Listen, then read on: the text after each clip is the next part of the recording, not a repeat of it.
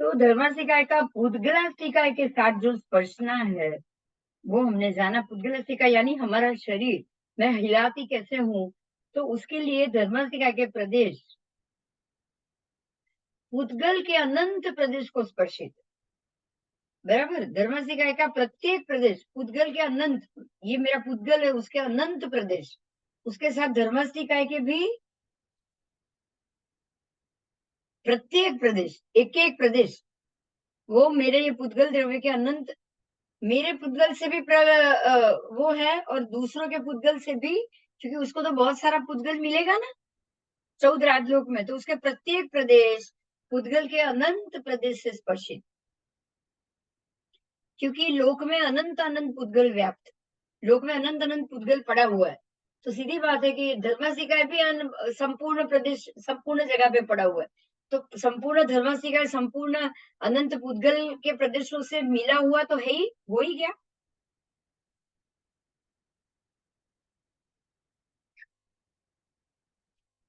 एक एक आकाश प्रदेश के ऊपर भी अनंत पुद्गल प्रदेश होते हैं। इसीलिए धर्मासिकाय के प्रदेश अपनी 6 दिशाओं में और स्व अवगाहित आकाश प्रदेश ऊपर रहे अनंत पुद्गलों को वो स्पर्शित करता है। अब धर्मासिकाय की काल द्रव्य से स्पर्शना, तो धर्मासिकाय के प्रदेश है वो काल द्रव्यों को कदाचित स्पर्शित है, कदाचित नहीं स्पर्शित है, और अगर स्पर्शित है तो अनंत प्रदेशों को स्पर्शित है। समय आवली का व्यवहार काल अड़ीद्वीप में है, अड़ीद्वीप के बाहर नहीं है, तो अड़ीद्वीप के अंदर स्पर्शित है, अड़ीद्वीप के बाहर वो काल द्रव्य को स्पर्शित नहीं।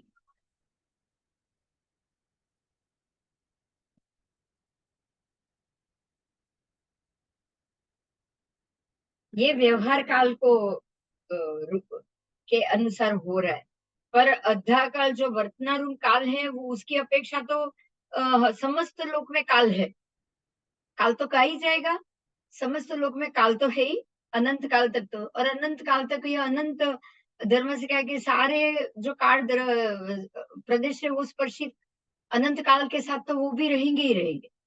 तो व्यवहार काल में दो स्थिति आई, लेकिन अद्धा काल वर्तना रूप प्रत्येक काल से धर्मास्तिका के साथ संपूर्ण प्रदेश स्पर्शित होंगे, भूतकाल में भी स्पर्शित, भविष्य काल में भी स्पर्शित और वर्तमान काल में भी स्पर्शित।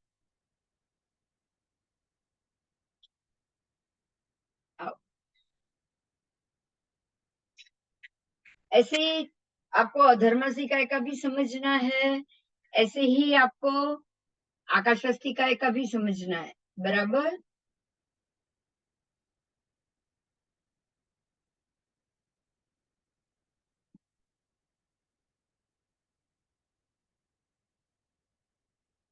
अब आकाश की बात करेंगे। देखिए आकाश अपने अंदर सबको लेकर बैठा हुआ है, तो आकाशास्तिकाय का एक प्रदेश धर्मास्तिकाय के प्रदेश को कदाचित स्पर्शित है, कदाचित नहीं है, जो भी स्पर्शित है जगन्य एक और उत्कृष्ट 7 प्रदेशों को स्पर्शित है।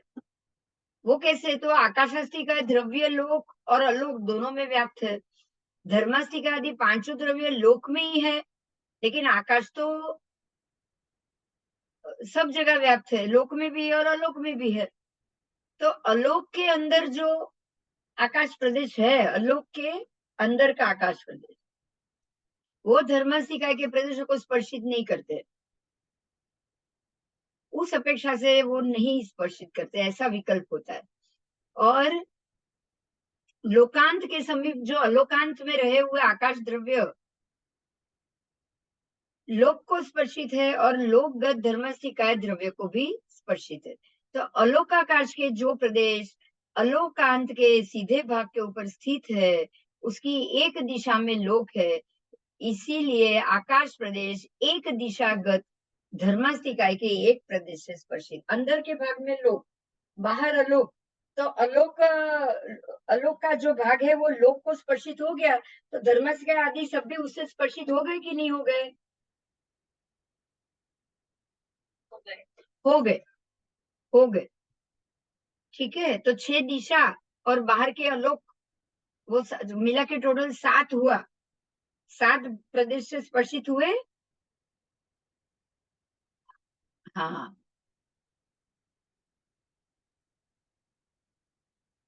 आओ।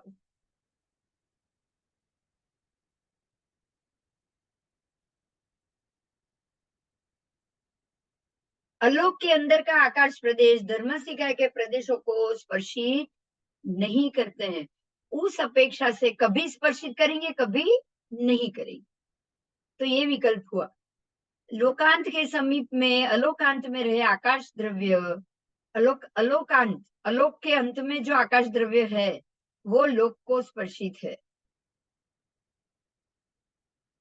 अगर लोक को स्पर्शित है तो लोकगत धर्मसिका आदि सभी द्रव्यों, पांचों द्रव्य को भी स्पर्शित।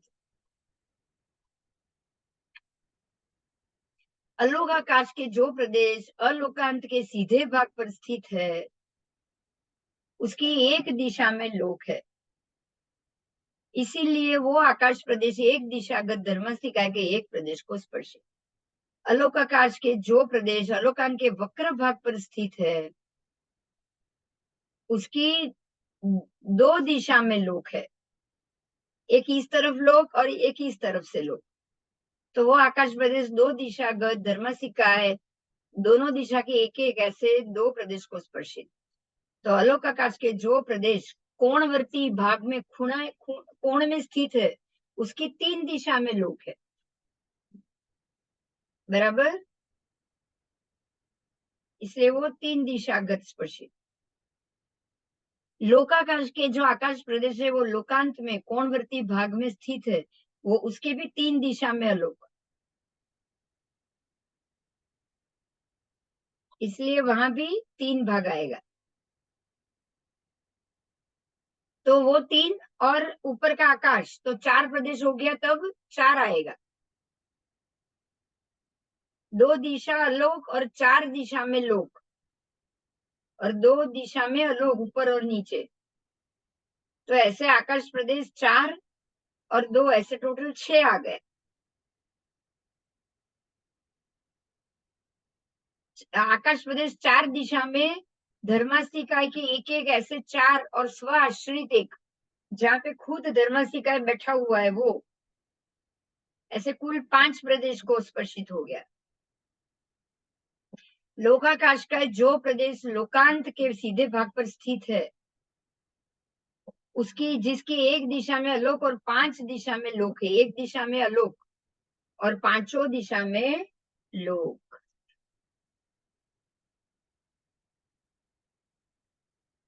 तो वो ऐसे पांच और स्व आश्रित एक, ऐसे कुल छह प्रदेश को स्पर्शित।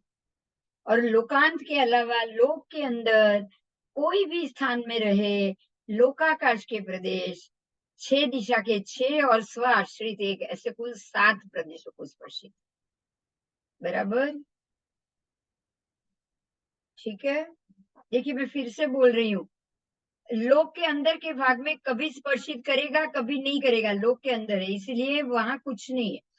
फिर जगन्य से अलोक के सीधे भाग पर रहा हुआ एक प्रदेश, अलोक से सीधा, फिर अलोक से वक्र भाग पर रहे दो प्रदेश को स्पर्शित। अलोक से कोण में स्थित हो तो तीन प्रदेश, लोकांत के कोण में स्थित हो तो चार प्रदेश, लोकांत के वक्र भाग पर स्थित हो तो पांच प्रदेश, लोकांत के सीधे भाग पर स्थित हो तो छह प्रदेश, और लोक के अंदर हो तो टोटल सात प्रदेश, छह दिशा और एक अपना स्वस्थान, ऐसे सात प्रदेश हो जाएगा। ठीक है, तो ये ऐसे धर्मास्तिकाय, अधर्मास्तिकाय आदि सभी द्रव्य पांच जो अपने अस्तिकाय है का द्रव्य को छोड़ के पांच द्रव्यों को सात प्रदेश से, सात जगह से स्पर्शित इस प्रकार से होंगे। आओ, आकाश अस्तिकाय की आकाश अस्तिकाय के साथ स्पर्शना। अब आकाश का आकाश से स्पर्शित कितनी जगह से, वो भी छह जगह से हो गया। लोक अथवा लोक प्रत्येक आकाश प्रदेश छह दिशा के अन्य छह आकाश से स्पर्शित होते ही है। आकाश अस्तिकाय के जीव और पुद्गल से स्पर्शना, आकाश का जीव से स्पर्शना, आकाश का पूतगल से स्पर्शना। तो आकाश द्रव्य कितने प्रदेश में जीवास्तिकाय और पूतगलास्तिकाय के प्रदेशों को स्पर्शित करते हैं। आकाश तो करेगा ना, जीवास्तिकाय को भी करेगा, पूतगल के भी प्रदेशों को करेगा। कितने को नहीं स्पर्शता है, कितने को स्पर्शता है, तो अनंत प्रदेशों को स्पर्शता है। लोक में जीव या पूतगल आदि द्रव्य नहीं होते, इसीलिए अलोकगत आकाश प्रदेश जीव प्रदेशों के पूतगल और प्रदेशों को नहीं स्पर्शते। देखिए, अलोक में तो ना जीव है ना पूतगल है, तो अलोक क्या किसी को स्पर्शेगा? जीवास्तिकाय को भी नहीं और पूतगलास्तिकाय को भी नहीं। एक मिनट। हाँ,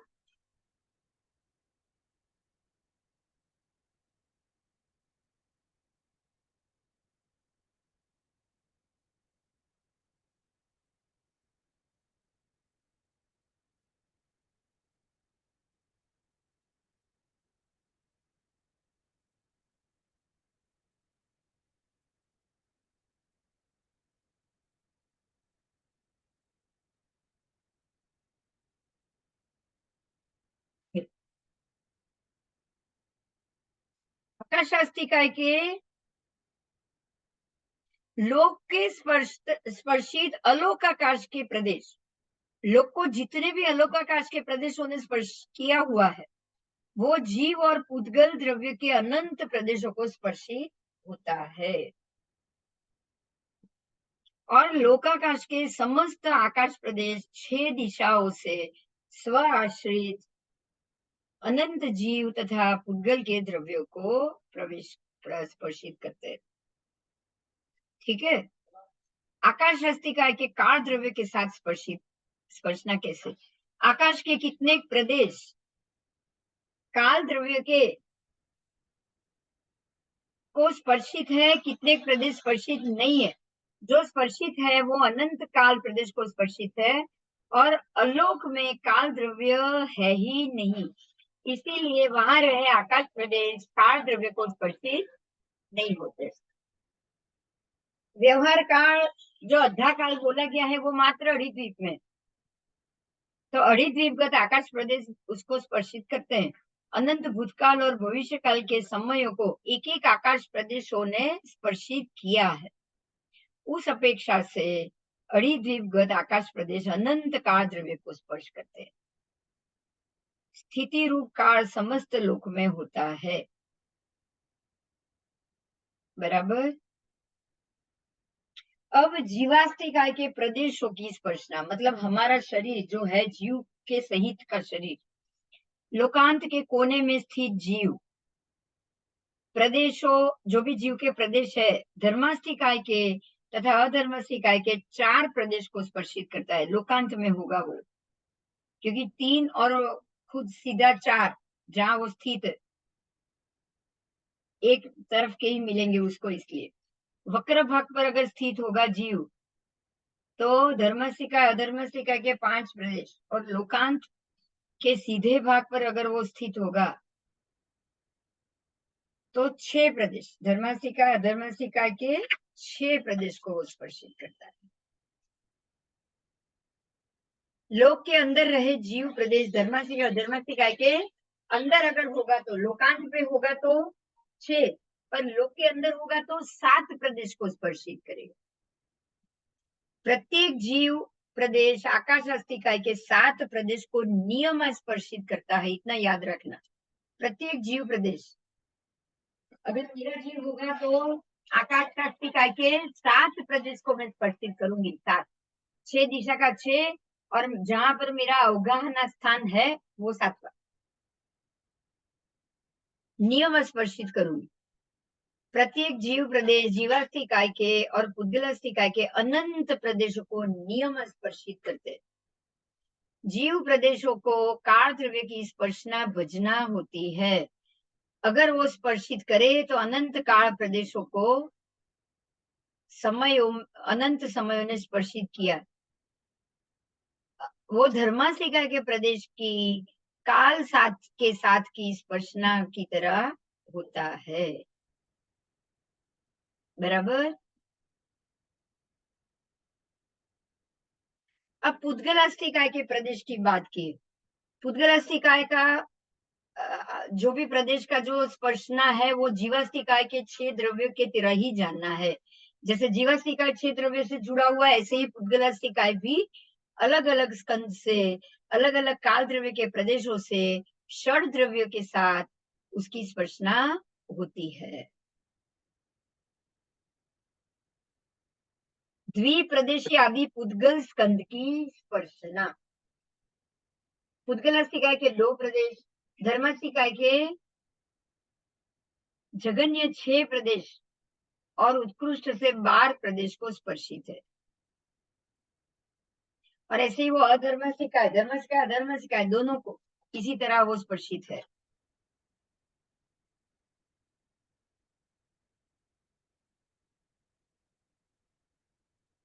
आओ,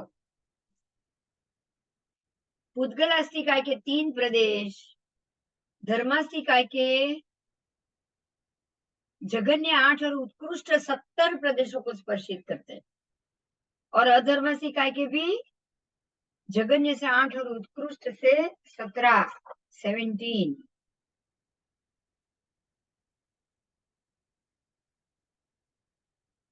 आकाशास्तिकाय के कितने प्रदेश को स्पर्शित करते हैं?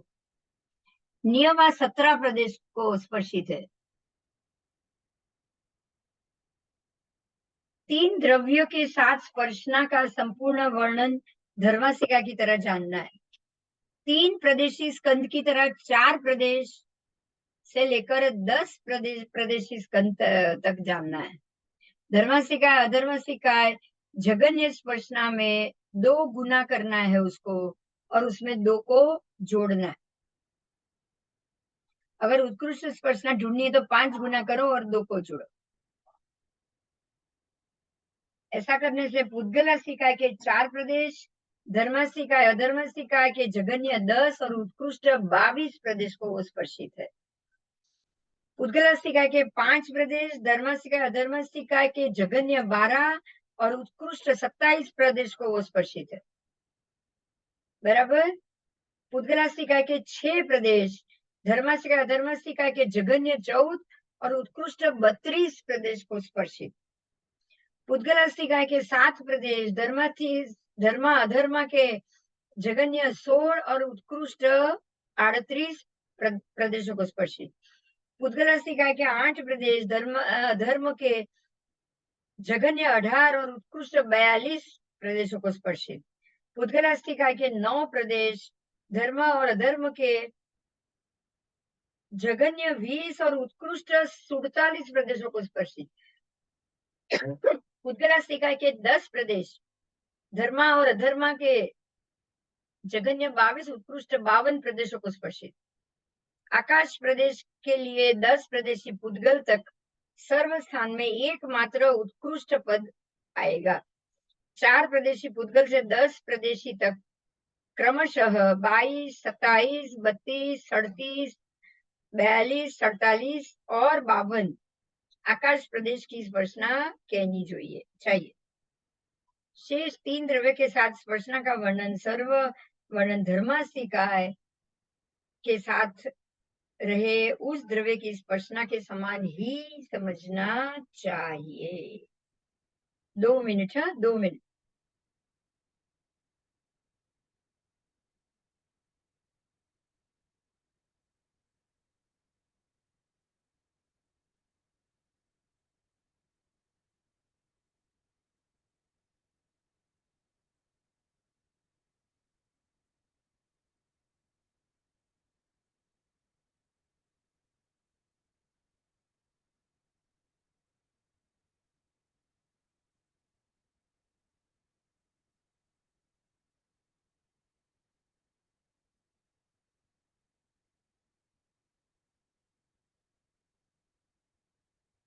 तम स्वामी ने प्रश्न किया है, हे भगवान, पुद्गलास्तिकाय के असंख्यात प्रदेश धर्मास्तिकाय के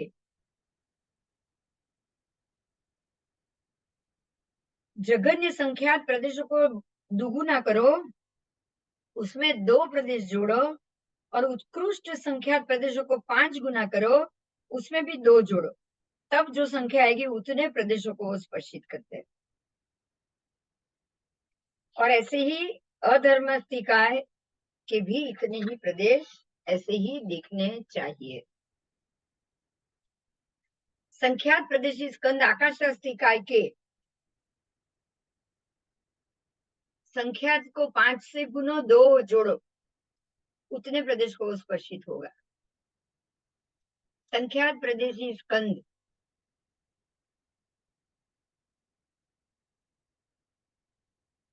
पुद्गलास्तिकाय के अनंत प्रदेशों को स्पर्शित करते हैं। संख्यात प्रदेशी स्कंद जीवास्तिकाय के अनंत प्रदेशों को स्पर्शित करते हैं। संख्यात प्रदेशी स्कंद अध्या के समयों को कदाचित स्पर्शित करते हैं, कदाचित नहीं करते। अगर स्पर्श तो निश्चित रूप से अनंत समय को ही स्पर्शित करते हैं। पुद्गलास्तिकाय के असंख्यात प्रदेश, उसको बमणा करो, 2 जोड़ो, जो संख्या आएगी वो है जघन्य। उसी असंख्यात प्रदेश को 5 गुना करो, उसमें 2 जोड़ो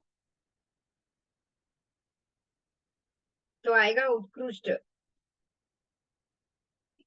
तो इस प्रकार से नियम अनंत समयों को वो स्पर्शित करता है। पुद्गलास्तिका के अनंत प्रदेश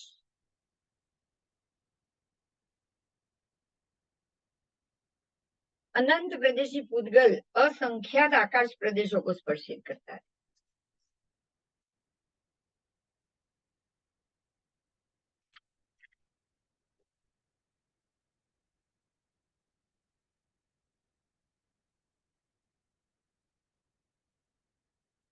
चलो आगे आगे लिखेंगे, क्योंकि ये 5 प्रदेश 6 प्रदेश का है ना, इसलिए ये थोड़ा विवरण प्रदेशों के मामले में आ गया है।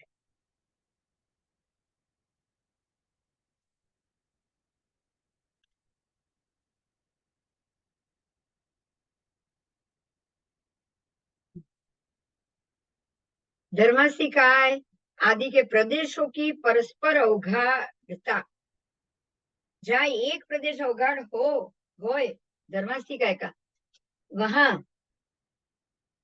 अन्य एक भी प्रवेश अवगाढ़ नहीं होता है। देखो आ समझवा जेवी बात छे। आखा 14 રાજલોકમાં જે જગ્યાએ ધર્માસ્તિકાનો એક પ્રદેશ અવગાઢ હોય ત્યાં અન્ય એક પણ પ્રદેશ બીજો અવગાઢ હોતો નથી। સમજાયું?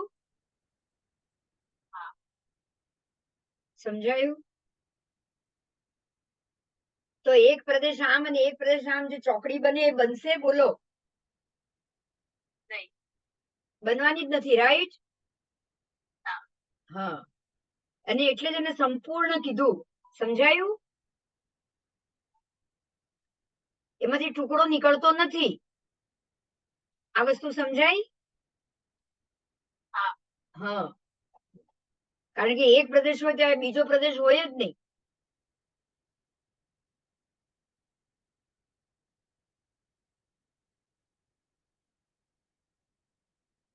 जहाँ अधर्मास्तिकाय का एक प्रदेश अवगाढ़ होए वहां धर्मास्तिकाय का अधर्मास्तिकाय का ही एक कितने प्रदेश अवगाढ़ होए से अन्य प्रदेश, तो अन्य प्रदेश है नहीं गौतम, एक भी प्रदेश अवगाढ़ नहीं होता। अधर्मास्तिकाय का एक प्रदेश हो, वहां अधर्मास्तिकाय का दूसरा एक प्रदेश भी अवगाढ़ नहीं होगा। आकाशास्तिकाय का वहां पर एक प्रदेश अवगाढ़ होता है। मतलब ज्યાં ધર્માસ્તિકાયનો એક પ્રદેશ હોય ને ત્યાં અધર્માસ્તિકાયનો પણ એક પ્રદેશ, આકાશનો પણ એક પ્રદેશ, બરાબર?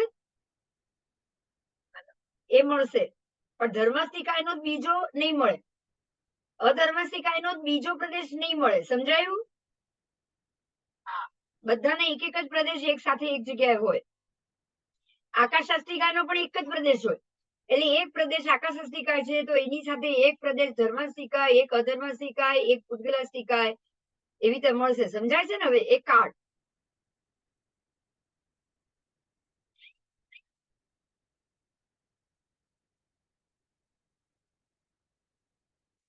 जीवास्तिका के कितने प्रदेश? तो जीवास्तिका के अनंत प्रदेश होगा.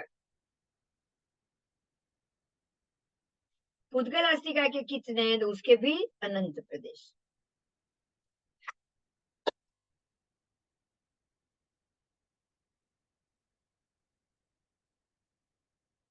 અડધા સમય का कितनी अवगाहना?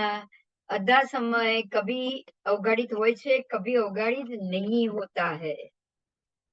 बराबर.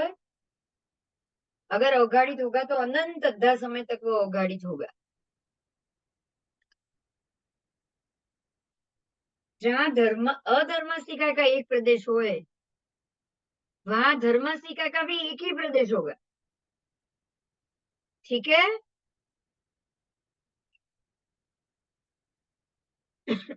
आपको समझ में आ रहा है? आप धर्मास्तिका का एक प्रदेश लेके चलोगे और दूसरा अधर्मास्तिका का प्रदेश लेकर रुक जाओगे. क्लियर हो रहा है? हम्म.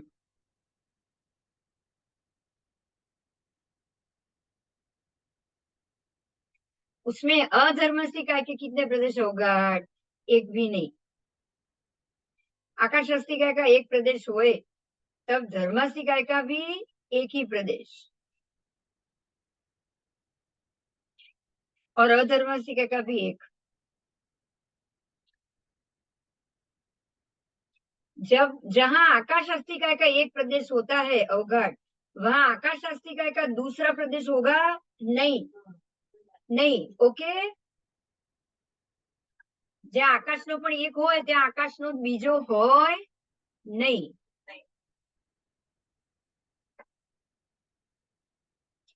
जहाँ आकाश नो एक प्रदेश हो जहाँ वहां जीवास्तिका के कितने? तो वो तो कभी होता है कभी नहीं होता है. जरूरी नहीं जीवास्तिका हर जगह हो.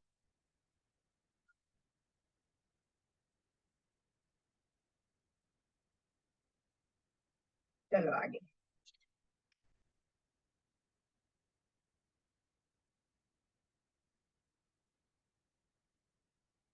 जहाँ जीवास्तिका का एक प्रदेश होए वहां अधर्मास्तिका के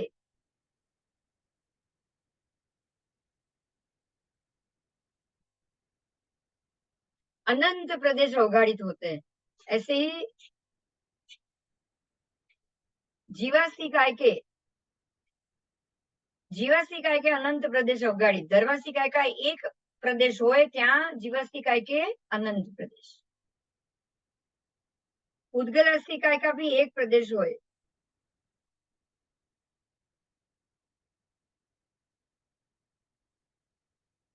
उद्गलास्तिका के दो प्रदेश होए तो धर्मास्तिका के भी या तो एक अथवा दो प्रदेश होए.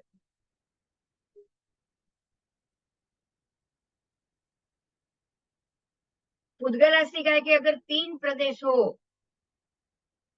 तो धर्मास्तिका के भी कदाचित एक, कदाचित दो या कदाचित तीन प्रदेश मिलेंगे.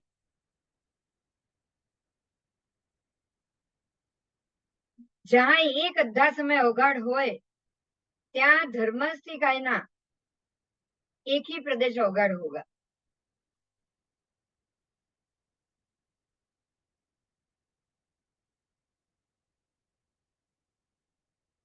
उसमें आकाशास्तिका के एक प्रदेश, जीवास्तिका के अनंत प्रदेश और अद्धा के भी अनंत प्रदेश.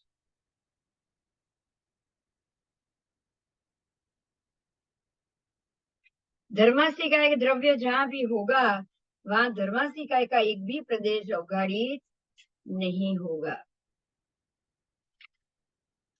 आपको वो एक द्रव्य से ही काम करना है.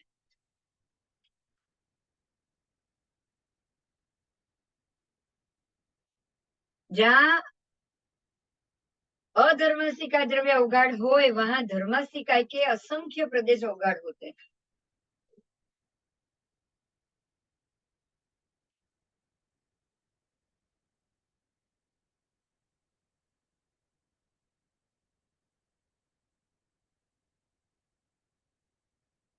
जहाँ अद्धा समय अवगाड़ है जहां वहां जीवास्तिकाय, पुद्गलास्तिकाय, अध्यासमय के अनंत प्रदेश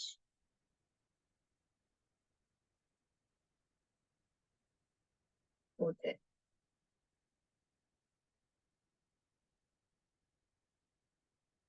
हाँ,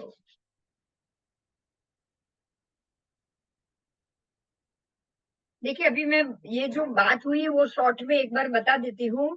धर्मास्तिकाय का एक प्रदेश होगा तो सामने धर्मास्तिकाय का ही प्रदेश नहीं मिलेगा, लेकिन अधर्म का एक, आकाश का एक, जीवास्तिकाय और अनंत, और पुद्गलास्तिकाय अनंत, काल का भी या नहीं होगा या होगा तो अनंत होगा। अब अधर्मास्तिकाय का एक प्रदेश होगा तो वहां धर्मास्तिकाय का एक, अधर्म का नहीं, आकाश का एक, जीव का और पुद्गल का अनंत, काल भी अनंत।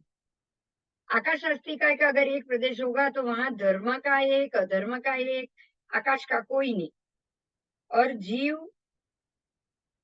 अनंत तथा काल अनंत। अब जीवास्तिकाय का एक होगा वहां अधर्म का एक, धर्म का एक, जीव और पुद्गल दोनों अनंत अनंत, और काल भी अनंत तक। पुद्गलास्तिकाय का एक होगा वहां धर्म का एक, अधर्म का एक, आकाश का एक, जीव अनंत और काल अनंत। और काल द्रव्य का जहाँ एक प्रदेश होगा वहां धर्म का भी एक, अधर्म का भी एक, पर जीवास्तिकाय और पुद्गलास्तिकाय के अनंत और काल के भी अनंत होंगे। बराबर। ये एक प्रदेश की बात थी, अब असंख्य प्रदेश की बात है, वो भी मैं बता देती हूँ, सुनिए। धर्मास्तिकाय में धर्मास्तिकाय के कोई प्रदेश नहीं, लेकिन अधर्मा असंख्य, आकाश असंख्य, जीव असंख्य, उद्गल के प्रदेश असंख्य, काल के प्रदेश भी असंख्य या जीरो। जहाँ अधर्मा होगा वहां धर्मा असंख्य, अधर्मा जीरो, आकाश असंख्य, जीव अनंत, उद्गल अनंत और काल अनंत। अब आकाश की बात है, जहाँ आकाश असंख्य वहां धर्मा असंख्य, अधर्मा असंख्य, आकाश जीरो, जीव अनंत, उद्गल अनंत और काल अनंत। जहाँ जीवास्तिकाय होगा वहां असंख्य होगा, वहां धर्मास्तिकाय असंख्य, अधर्म असंख्य, आकाश असंख्य, पर जीव प्रदेश नहीं होगा। उद्गल अनंत होंगे और काल भी अनंत होंगे। जहाँ पुद्गल अस्तिकाय होगा वहां असंख्य धर्म, असंख्य अधर्म, असंख्य आकाश, जीव अनंत, उद्गल अनंत और काल अनंत। बराबर। तो इस प्रकार से पांचों अस्तिकाय, जहाँ एक होगा वहां खुद दूसरा नहीं होगा, लेकिन बाकी सारे आपको जरूर मिलेंगे।